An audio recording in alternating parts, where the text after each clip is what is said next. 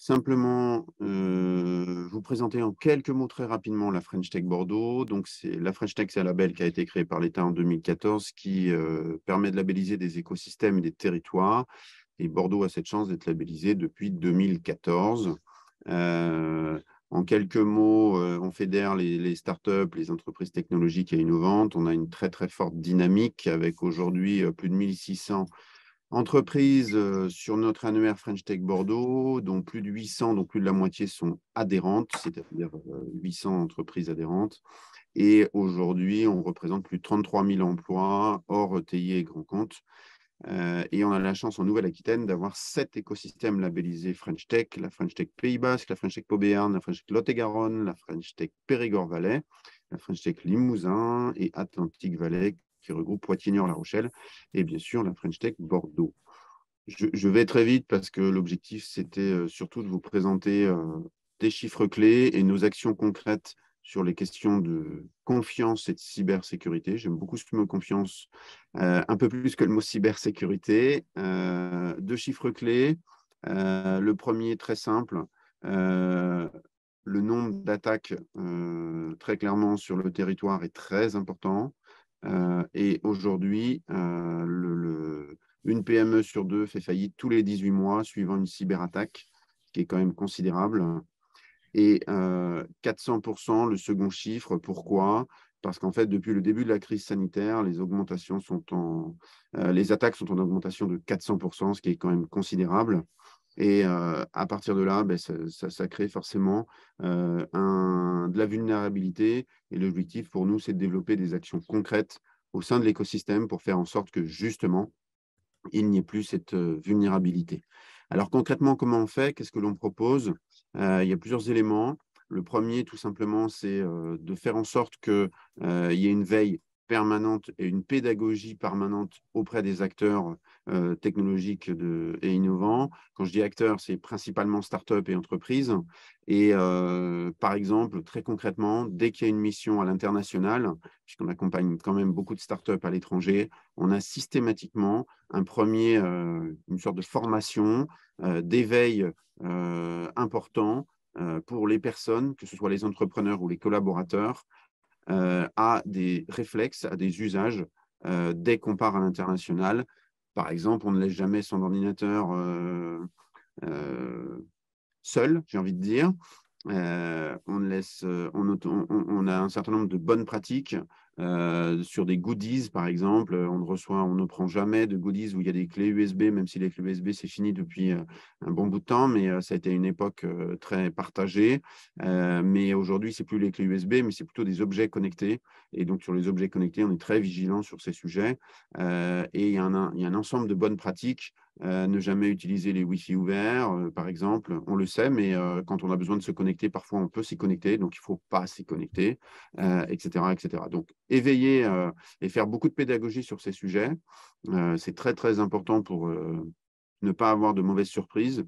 Je cite toujours cet exemple d'une entreprise qui a exposé un projet et qui s'est fait hacker son projet durant un salon en se faisant prendre une partie de sa techno du logiciel qu'elle avait développé parce qu'en fait, la sécurisation de la démonstration n'était pas suffisante.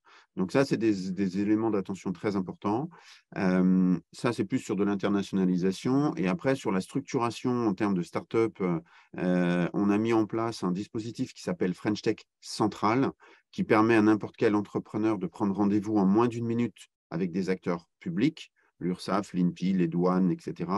Mais aussi, parmi ces acteurs publics, l'ANSSI, ce qui fait qu'on a des représentants de l'ANSSI qui viennent tenir des permanences au sein de nos locaux de la French Tech Bordeaux pour recevoir des entrepreneurs en rendez-vous individuel et pour échanger en deux à deux, en toute confidentialité, entre l'ANSSI et l'entrepreneur sur des questions de structuration, de marché, de technologiques parfois, justement sur les bonnes pratiques à mettre en place impérativement au sein de l'entreprise.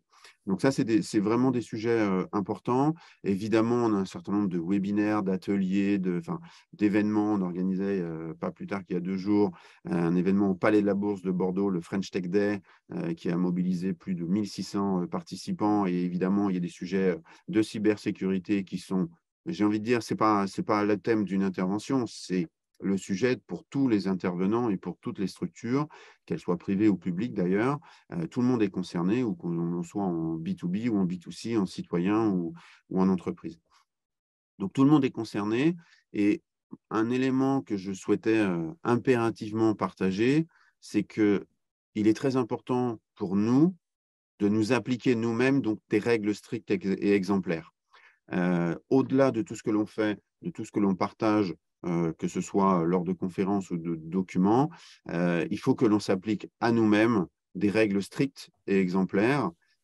Et c'est la raison pour laquelle, au sein de notre propre organisation, on a, et je les ai listés parce que je pense que c'est important de les rappeler, même si l'objectif, ce n'est pas de faire des conférences technologiques, mais à appliquer sur l'ensemble, et d'ailleurs du propre ordinateur que j'utilise actuellement et de toute la flotte d'ordinateurs que nous utilisons, même si nous ne sommes pas une ETI, un grand compte, nous sommes nous sommes seulement 7 personnes, mais déployer un anti-malware, chiffrer tous les disques durs, déployer automatiquement toutes les mises à jour, correctifs de sécurité et changements de version pour tous les logiciels utilisés, activer tous les firewalls, activer l'activation de Gatekeeper pour les utilisateurs sur Mac, auto-verrouiller l'écran après 5 minutes d'inactivité, et activer la complexité des mots de passe et leur rotation tous les 6 mois. Ça paraît évident quand on le lit, mais est-ce que nous tous, nous le faisons? Nous tous, nous l'utilisons? C'est un sujet quand même qui est très important, d'éveil, de questionnement et de réaction en termes d'usage, de réaction quand on reçoit un mail, un SMS avec des liens qui peuvent paraître tout à fait normaux, mais en fait qui sont potentiellement du phishing, du hacking, enfin, tout un tas d'usages et de stratagèmes qui sont mis en place. Donc ça, c'est des sujets vraiment importants pour lesquels on essaie de s'appliquer à nous-mêmes ses propres règles et surtout de les partager au sein de l'écosystème pour faire en sorte que cet écosystème grandisse. Le sujet de l'investissement qui a été abordé par la Banque de France précédemment est extrêmement important. Et pour que cet écosystème grandisse, on a besoin d'investissement. Mais sachez que les investisseurs aujourd'hui, au même titre que le RGPD, ont des règles et des exigences, et tant mieux, sur la sécurité des modèles, des systèmes d'information. Et ça ne fait aussi que renforcer, on va dire, la durabilité de ce qui est proposé en termes de création de valeur, de création d'emplois, d'entreprises.